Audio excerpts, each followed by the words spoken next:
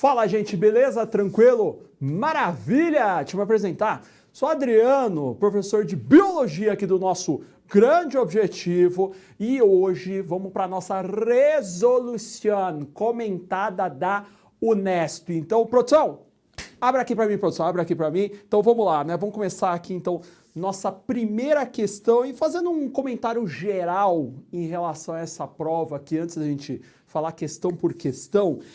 Não foi uma prova tão fácil, né? Então, realmente tem uma ou outra questão aqui que você vai olhar e vai falar, isso daí beleza, tranquilo, mas você vai ver que tem algumas questões assim que você pega uma primeira vez, né? Você bate o olho ali e fala, eu vou desistir. Não desista aqui, mas a gente fala que é uma prova assim, nível médio, né? Porque teve algumas questões que foram um pouco mais hardcore ali e outras questões ali que foram bem mais tranquilas, né? Era mais fácil você errar o seu nome na prova do que errar algumas questões daqui. Ai, professor, nem comenta disso daí. Então, eu não estou conseguindo enxergar ali, nem você. Produção, isso é tela cheia, produção, isso é tela cheia. Grande produção, né? Produção no Veneno na Fúria. Primeiro exercício 61, fala o seguinte, ó. Uma comunidade de equatorianos, um beijo pessoal do Equador que está assistindo a gente agora aqui, com nanismo, apresenta uma tal de síndrome que eu nunca ouvi falar, que é a síndrome de Laron. Então o cara já lê isso daí, já desiste, né? Fala, nunca ouvi falar nesse negócio aí, vou pular. Que mano é pular, velho, né? Fica na carteira ainda, ó. Também observado entre populações judias do Mediterrâneo, né? Um beijo aí pra galera do Mediterrâneo. Pessoas com essas síndromes carregam agora o que interessa, uma mutação no gene que determina a produção, grande produção, de uma proteína que compõe o receptor do hormônio de crescimento, o GH, né, o Growth Hormone, em português, o hormônio do crescimento. O hormônio circula no sangue da pessoa, mas o organismo ele não reage a ele, o que impede o desenvolvimento pleno de seus corpos. Falando em corpo, vem pro meu corpo aqui, vem pro meu corpo. Então você viu que ele te deu aqui uma doença totalmente misteriosa, eu também nunca tinha ouvido falar nisso daqui, mas você vê que ele deu algumas dicas aqui, né? Então o indivíduo ele vai ser anão, vai ser anã, por quê? Porque ele produz o hormônio do crescimento, que ele falou aqui no enunciado, só que a célula desse indivíduo não consegue reconhecer esse hormônio do crescimento, porque o receptor presente na membrana plasmática dessa célula está com defeito. É o equivalente a falar o seguinte, você tem a chave, mas a fechadura que está ali na membrana plasmática da célula está com problema. Então, mesmo que você tenha a chave, que é o hormônio aqui do crescimento, você não consegue encaixar direito ali naquela fechadura.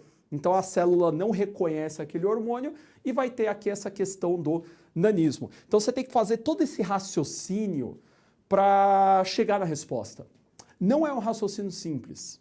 Então, por isso que eu falei que essa primeira questão aqui ela é um pouquinho mais pesada, assim, né? Que você tem que fazer todo esse raciocínio mental. Porque ele fala o seguinte, ó, a mutação responsável pela síndrome aqui de Lanon compromete o quê? Então, ó, joga na tela cheia, pessoal, acompanha junto comigo. A letra A já tá fora, porque não tem nada a ver aqui com o pH do meio intracelular. Eu nem falei de pH na minha explicação. Na letra B, ó, formação de vesículas de secreção no complexo de Golgi. Não. Isso daí que eu também nem comentei de complexo de Golgi. Na letra C, ó, vai ter um problema na polimerização adequada dos aminoácidos das proteínas do receptor do hormônio, realizado pelo ribossomo. Não, o ribossomo funciona muito bem nesse indivíduo, né? Então o ribossomo vai sim fazer o receptor. Só que esse receptor ele vai ter um problema na sua estrutura, mas ele vai ser produzido, a proteína vai ser produzida. E na letra D, ó, a transcrição do RNA mensageiro responsável pela informação aqui da produção, grande produção, das proteínas do receptor do hormônio. Não, gente, porque no texto ele fala que a proteína foi produzida.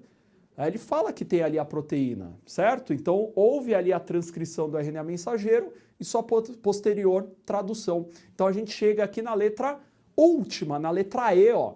Então você tem ali a conformação estrutural das proteínas do receptor do hormônio presentes na membrana plasmática da célula, né? Então vem aqui para mim, é o equivalente a falar o seguinte, que a célula até produz o receptor, só que esse receptor ele tem um problema estrutural. Lembra que a fechadura que está com problema. Então, mesmo que eu tenha a chave hormônio, eu não consigo encaixar essa chave nessa fechadura. Essa é difícil. Essa questão ela é difícil mesmo, da letra E, né? Eu só vou falar sabor de pastel aqui, né? Como as alternativas, letra E de escarola, pastel de escarola, que é um erro, né? Você pedir pastel de escarola, sendo que tem tantos outros que são bons. Vixe, né? Joga a tela cheia aqui para mim, produção. Seres vivos contribuem para a ciclagem do carbono na natureza por meio da oxidação, ó, isso aqui é coisa de química, hein, ó, ou redução desse elemento químico presente aí em moléculas orgânicas ou inorgânicas. As equações das reações químicas a seguir remetem a processos biológicos que convertem compostos carbônicos.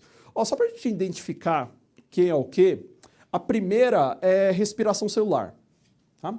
A segunda é fotossíntese, aquele treco ali, ó. Aquela é fotossíntese. A terceira é fermentação alcoólica. Está formando ali o etanol. E a última é uma fermentação acética. Tá? Então ele colocou esses 4 exemplos para você. E o que ele vai perguntar? Ele pergunta o seguinte, ó.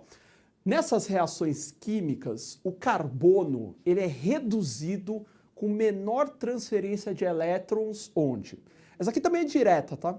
É direto, ó. Então, primeiro, a letra A você já podia tirar, porque ele não falou nada de quimiossíntese lá em cima, tá? Então, ele nem comentou isso daí, tá bom?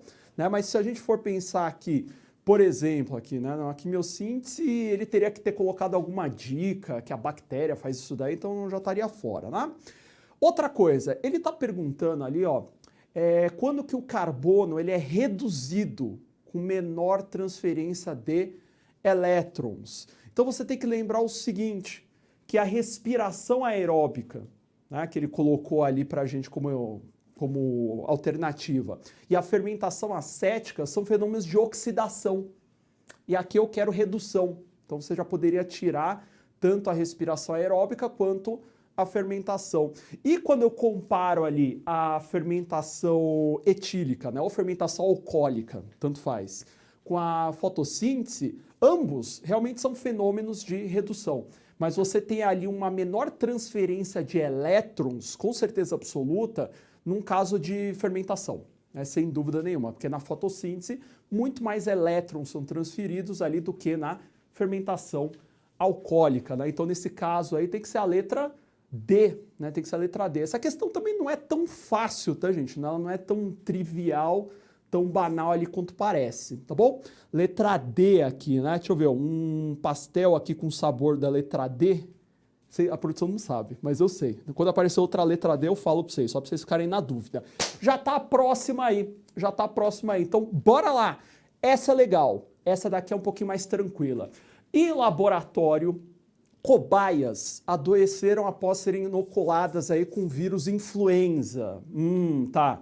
Então é o influenza aí que vai causar gripe. A recuperação de uma cobaia será mais rápido caso ela receba uma injeção do quê? Vem aqui. Ó, primeira coisa importante, se eu falo que é vírus, não tem nada a ver com antibiótico, porque antibiótico serve para combater bactéria. Tá com virose, toma antiviral.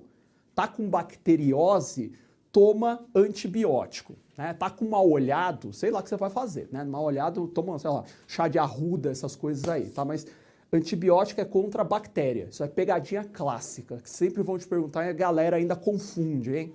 Na letra B, ó, suspensão de vírus inativados por tratamento térmico. Não, cara.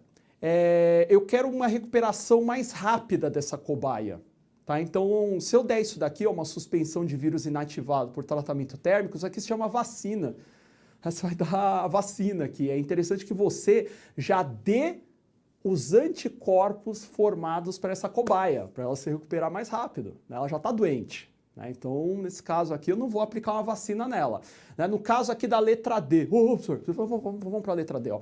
Concentração de plaqueta. Que mano é plaqueta, velho? Que mano é plaqueta? Aqui ele quis meter o louco, né? Vamos meter uma plaqueta aqui para ver se alguém cai nessa. Plaqueta é coagulação. Né? A nossa cobaia não está sangrando aqui até morrer. Não tem nada a ver, né? Então, plaqueta passou longe, né?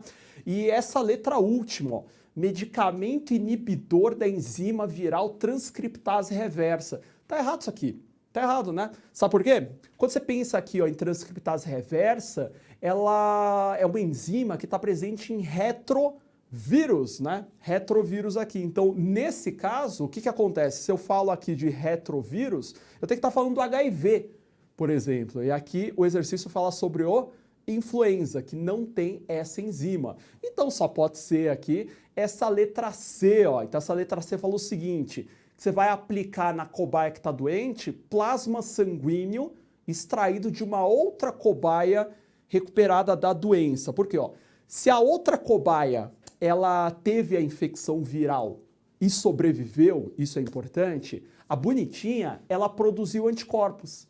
Daí eu pego esses anticorpos daquela cobaia que sobreviveu, né, que se recuperou da doença, e passo esses anticorpos para a cobaia que está doente, né? E lembra que esses anticorpos estão na circulação sanguínea. Essa questão é legal. Essa aqui é um clássico dos clássicos, né, de questão de soro e vacina, né, de imunologia. Então, da letra C, né, de um dos melhores pastéis que existe aí, que é o pastel de carne seca. Sem dúvida nenhuma, carne seca é ótimo.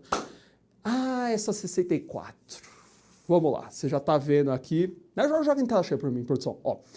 A figura mostra um experimento realizado com duas espécies de gramíneas A e B. As gramíneas foram inicialmente plantadas em uma curta faixa aí nos extremos opostos de duas caixas retangulares contendo solo. O desenho, tá? É o desenho, né? Então as caixas foram adicionadas aí a ambiente separado, submetidas à mesma intensidade luminosa. Por semanas, ambas as caixas foram regadas igualmente. Então a água não é problema, a luz não é problema. O que ele variou foi a temperatura. Então uma delas, que é a primeira ali, ó, foi mantida a 10 graus e a outra foi mantida a 40 graus. Vem aqui, vem. Vamos analisar esse desenho aqui, ó. Então quando está a 10 graus, parece que a espécie A, ela se desenvolveu melhor do que a espécie B, certo?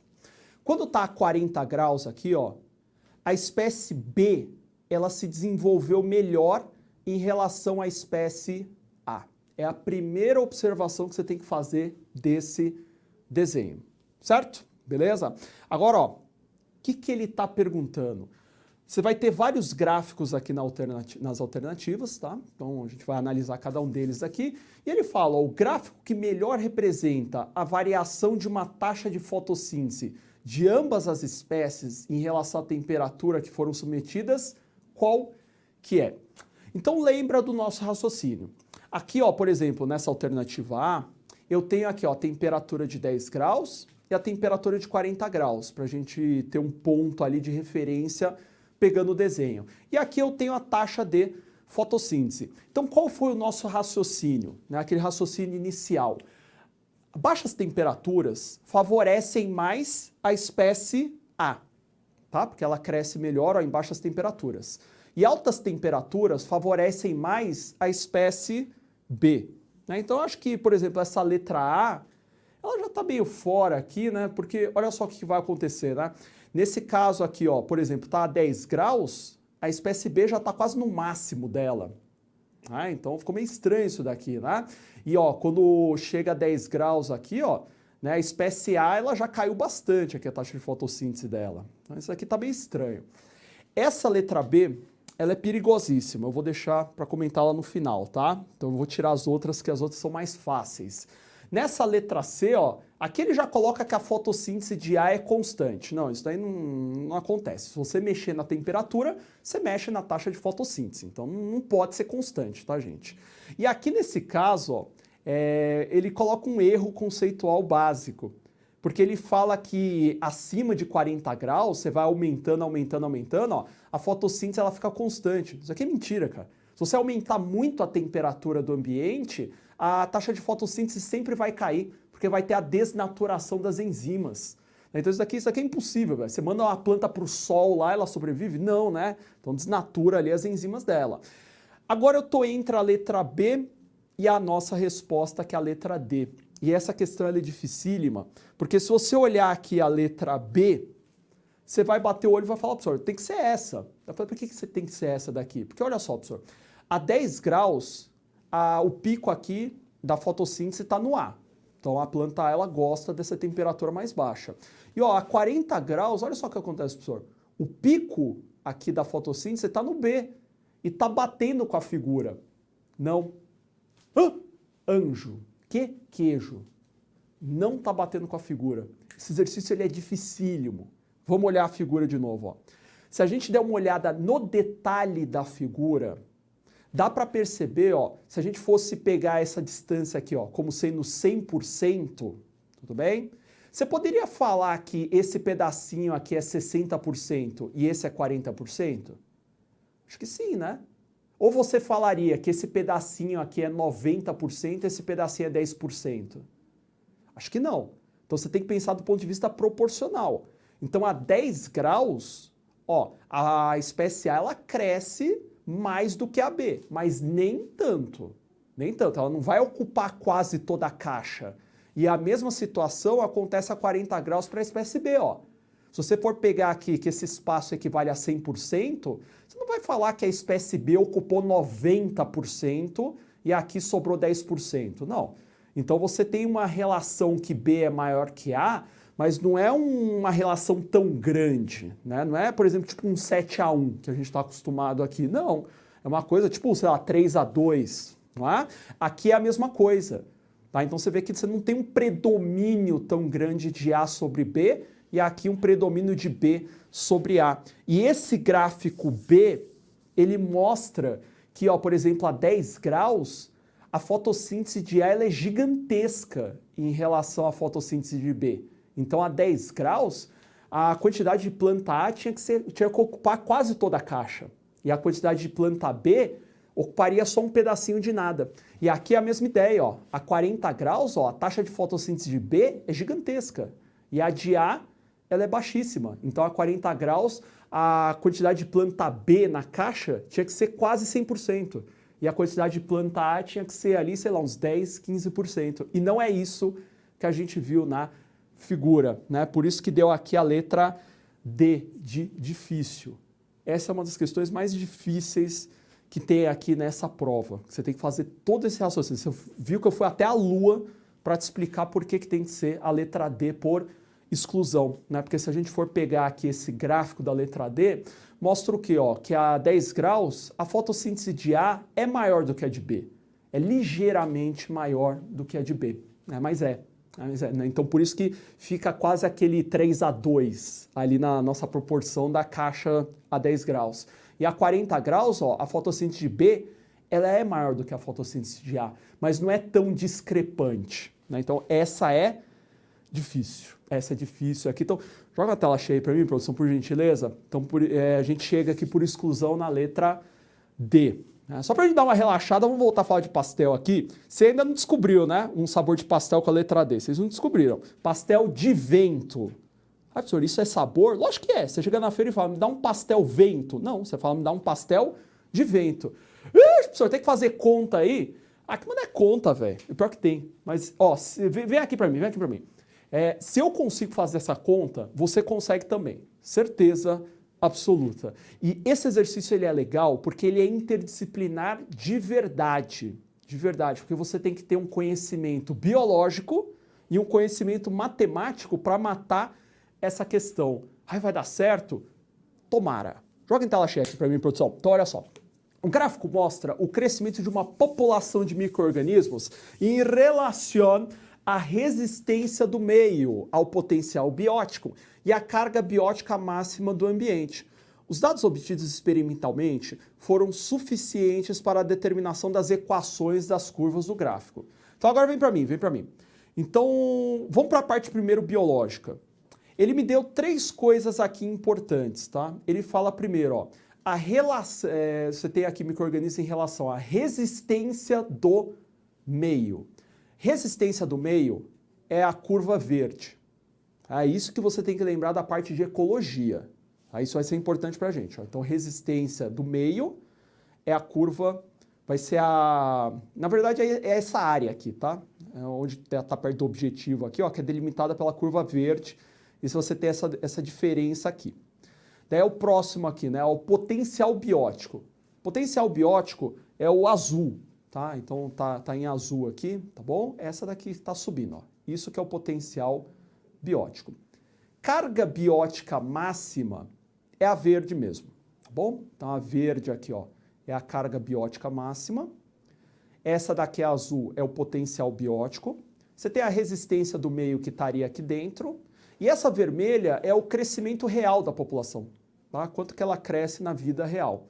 E daí ele te colocou essas três equações, tá? Então a equação aqui dessa curva é isso, tá? A equação aqui do meio da verdinha, né? É isso, né? É y igual a 320. Tudo bem, ele quis colocar esse número. E o crescimento real, ó, como a população cresce na real, é essa equação, né? Essa equação aqui que ele colocou. Tudo bem. Então, o que ele está perguntando? A população de micro-organismos atingiu a carga biótica máxima do ambiente quando? O que você tem que fazer? O que você tem que fazer? Ó? Você tem que ver o momento aonde a curva vermelha, que é o crescimento real da população, ela cruza com a verde. Esse é o segredo para matar o exercício. Então a verde aqui vai ser a carga biótica máxima do ambiente. E o vermelho é o crescimento da população. Então, no ponto, que é esse pontinho aqui, tá? Nesse pontinho aqui, você teve a igualdade entre essas duas curvas, a vermelha e a verde. Então, o que você faz? Você iguala a equação da verde, que é y igual a 320, com a vermelha, que é y é igual a 31 vezes x mais 10. Então, acabou o exercício. É isso que você tem que fazer agora, tá? Você vai igualar, ó, como o y é igual para os dois, então é só você igualar, ó, faz 320 é igual a 31 vezes x mais 10. Você está de zoeira, professor? Tô de zoeira esse tempo inteiro. Lógico que não. É exatamente isso, gente. Então a gente vai ter que fazer essa resolução matemática e aí tem que mandar para a NASA, né? Mandar para a NASA para eles resolverem essa continha. Então, ó, joga em tela cheia para mim, produção, para o pessoal enxergar melhor. Então, nesse caso, eu peguei ali a primeira equação, que é a carga biótica máxima, igualei ali com a segunda equação, que é y 31x mais 10, que é o crescimento real, igualei as duas ali, mandou para a NASA, você vai chegar ali em x é igual a 10, ou seja, né, a minha população ela vai atingir o máximo daquele ambiente em 10 horas, da letra C, né? Essa questão é legal, essa questão aqui é interessante, né? Letra C aí de pastel de carne, né? Pastel de carne é um clássico aí, é bom pra caramba, só perde pro de carne seca. Agora esse próximo, putz, esse exercício ele é de genética, mas ele não é um exercício tão fácil, porque, vem aqui pra mim que eu quero que você veja o meu corpo. Porque quando a gente fala de genética aqui, principalmente de genética clássica, né? Que fala aqui do Mendel, né? O pai da genética, enfim. Daí o pessoal fala, professor, vai ter que fazer quadrinho, né? Aqueles negócios de azão, assim. Não. Você não precisa fazer nenhuma conta aqui. Isso que às vezes deixa esse exercício difícil. Porque ele é um exercício teórico. É um exercício conceitual. Então você tem que ter noção de alguns conceitos para matar o exercício. Porque a gente vai ler aqui esse enunciado e, ó, você tá vendo que tem 3 lacunas? Então a gente vai preencher aqui, ó, você vai ver que tem as alternativas aqui, e a gente tem que caçar a alternativa que preenche aquelas lacunas. Então, análise quantitativa dos fenótipos obtidos dos cruzamentos entre as plantas de ervilha de cheiro, aí para você que fica cortando ervilha antes de comer, foi crucial para que o Mendel, grande Mendel, né, o pai da genética, pudesse estabelecer a existência de fatores que se segregavam de forma independente. Isso é segundo a lei de Mendel. Tá? Falou segregação independente, segunda lei de Mendel. Então eu tenho ali 2 pares de cromossomos. Né? Já tem que lembrar disso. Ah, pessoal, é aquele negócio de azão, azinho, bezão, bezinho? Exatamente. Para compor aí os gametas. Beleza. Agora já vamos preenchendo ali, tá? Atualmente, para análise molecular referente aos fenótipos, cor, uma característica, textura, outra característica. Da semente aí de ervilha de cheiro, deve-se investigar o total de quantos pares de cromossomos homólogos, né? Então, se a gente for ver aqui, primeiro, você tem que ter 2 pares de cromossomos homólogos. Então, você tem que ter um par de cromossomo homólogo que tem o gene A e o outro par de cromossomo homólogo que tem o gene B. Tá? Então já começa a matar o exercício, 2 pares de cromossomos homólogos. Agora voltando ali, né? Quantos genes e quantos alelos? Então eu vou ter que ter aqui 2 genes. Um gene que determina a textura, né, da nossa semente, e o outro gene aqui, ó, que ele vai ter que determinar a cor da semente, né? Porque ele fala cor e textura. Só que cada um desses genes vai ter 2 variantes. Então quando eu falo azão, azinho, bezão, bezinho, são as variantes desses genes, tá? Então eu tenho o gene A e o gene B. Maravilha, né? E eu tenho azão e azinho, que são 2 alelos, bezão, bezinho, 2 alelos. Por isso que a gente chega aqui na letra última, né? Na letra E, ó. Então você tem 2 pares de cromossomos homólogos, 2 genes e 4 alelos. Essa é difícil. Essa daí ela não é tão fácil, trivial quanto parece, né?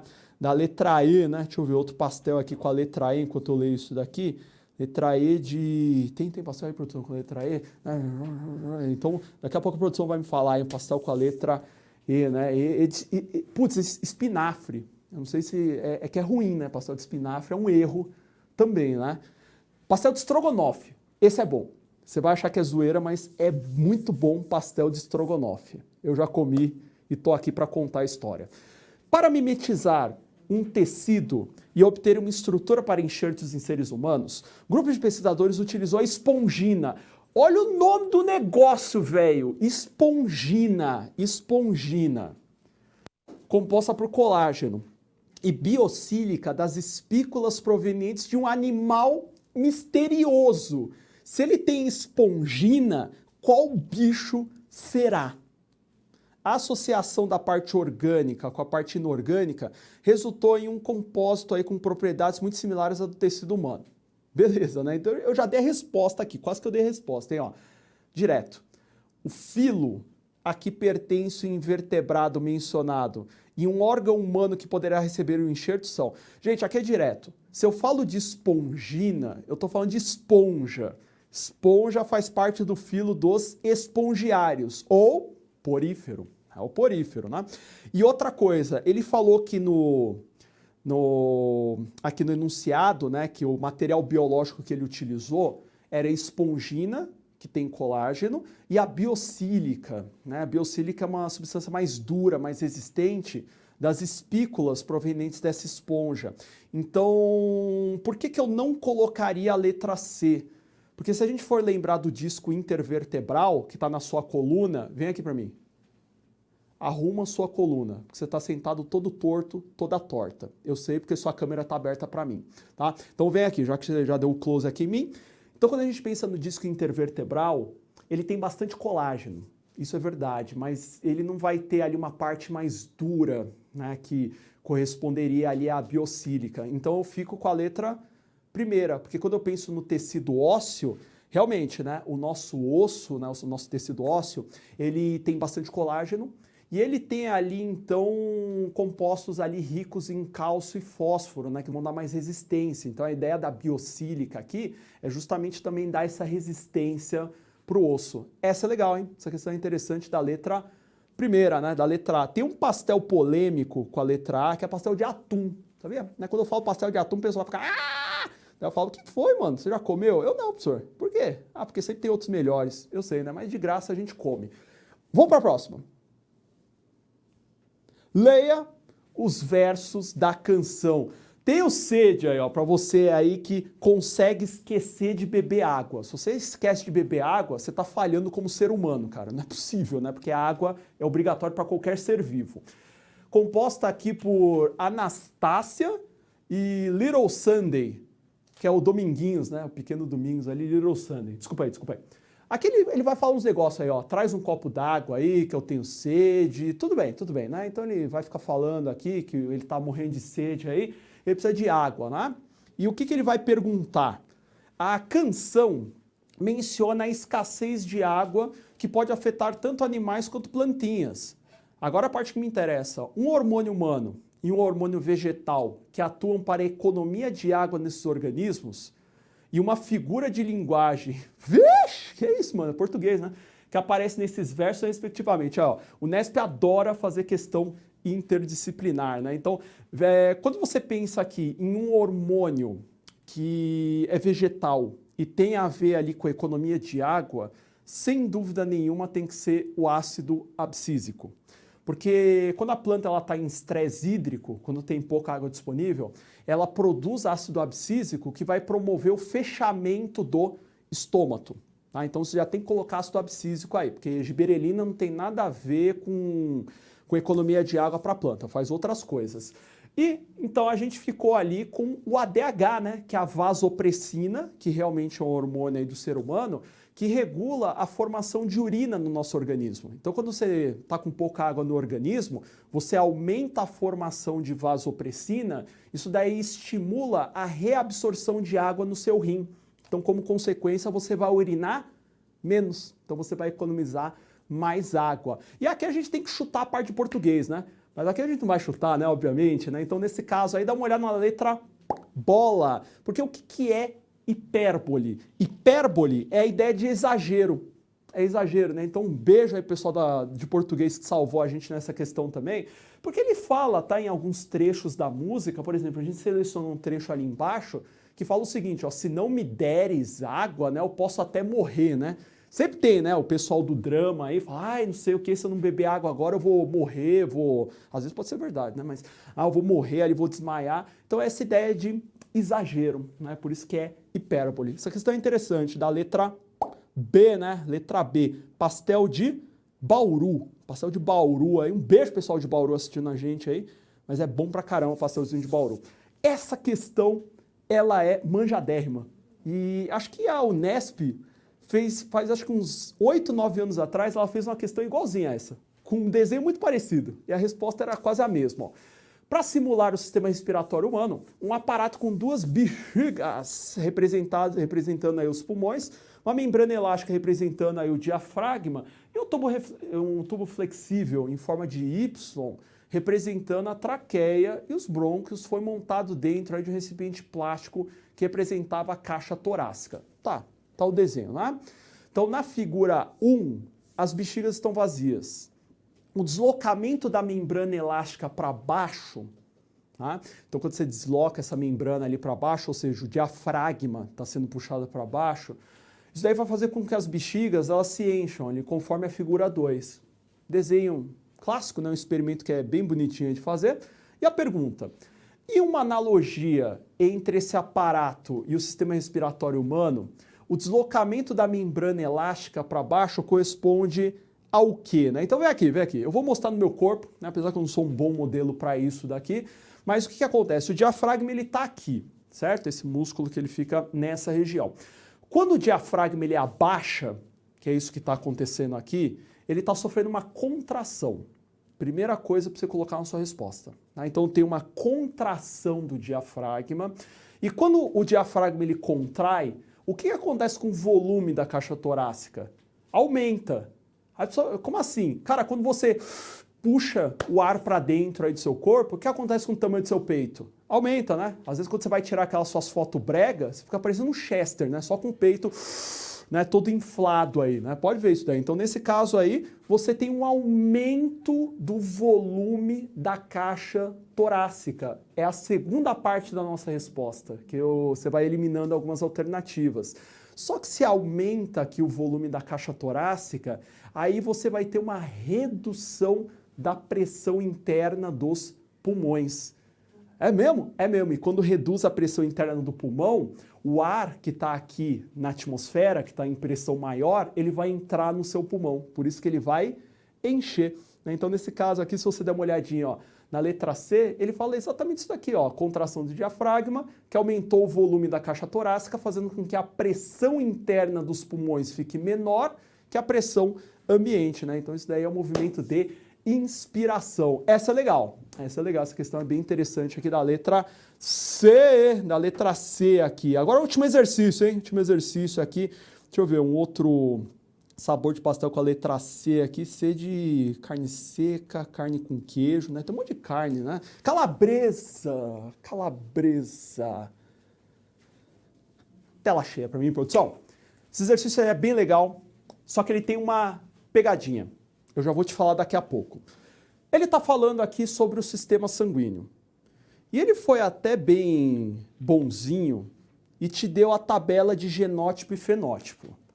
Normalmente a gente fala para o aluno, ó, saiba essa tabela, hein? Saiba essa tabela. Que eles não vão te dar de graça todas as vezes. Mas aí o Nesp deu de graça aí pra gente. Tá ali, ó, tipo sanguíneo A, B, AB e O, respectivos genótipos, né? O que pode ser. Só que além aqui do sistema ABO, ele vai falar também do sistema RH, é o tal do positivo e negativo. Vai falar, você é sangue A positivo, você é sangue B negativo.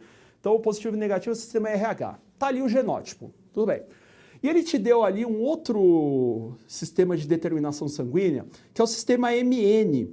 Esse sistema MN, ele é importante, por exemplo, para a determinação de paternidade, né, para você descobrir quem que é pai, quem que é filho de quem, essas coisas. Porque na transfusão ele não atrapalha tanto não, por isso que a gente nem comenta muito sobre ele. Mas ó, ele já te deu aqui, hein? Né? A gente costuma colocar exercício disso aí no nosso material, mas no dia a dia eu acho que é difícil você saber qual que é o seu tipo sanguíneo MN. Acho que não é tão comum assim. O sistema BO e o sistema RH você sabe, eu acho. Então você tem aqui ó, o fenótipo M, tudo bem, tem o genótipo ali, o N e o MN. Beleza. E agora, o que ele vai perguntar pra gente? Ó? Considere um casal que possui os alelos marcados a seguir. Então você tem ali o casal, né? O homem e a mulher, e a pergunta, considerando os sistemas ABO, RH e MN, o primeiro descendente desse casal terá um fenótipo específico que será uma dentre quantas possibilidades? Qual que é a pegadinha dessa tabela, que você tem que ficar muito esperto. Depois que você pega essa pegadinha, é fácil de matar o exercício. Ó. A mulher, ele está falando que a mulher tem o IAzão e o IBzão. Então a mulher é a B. Só que ele está falando que a mulher ó, tem o gene LMzão. Só que você tem que considerar que ela tem duas cópias do gene LMzão. Porque lembra, né? A pessoa é diploide. Então ela sempre vai apresentar duas cópias de um determinado gene. Tudo bem? Então aí que às vezes que eu vejo que a galera podia errar. Então você tem que considerar que essa mulher, vai aparecer daqui a pouco para vocês, ela vai ser LMzão, LMzão. E ali no final, né, ó, ela é RH positivo, só que ela é heterozigótica, porque ela é Rzão, Rzinho. Para o homem é a mesma pegadinha, porque ó, ele falou que o homem ele tem o Iazão e o Izinho, então ele é grupo A, só que ele é heterozigoto. Ó, ele falou que o homem é LMzão, LNzão, então ele é MN. Só que ele falou que o homem ó, só tem o gene Rzinho.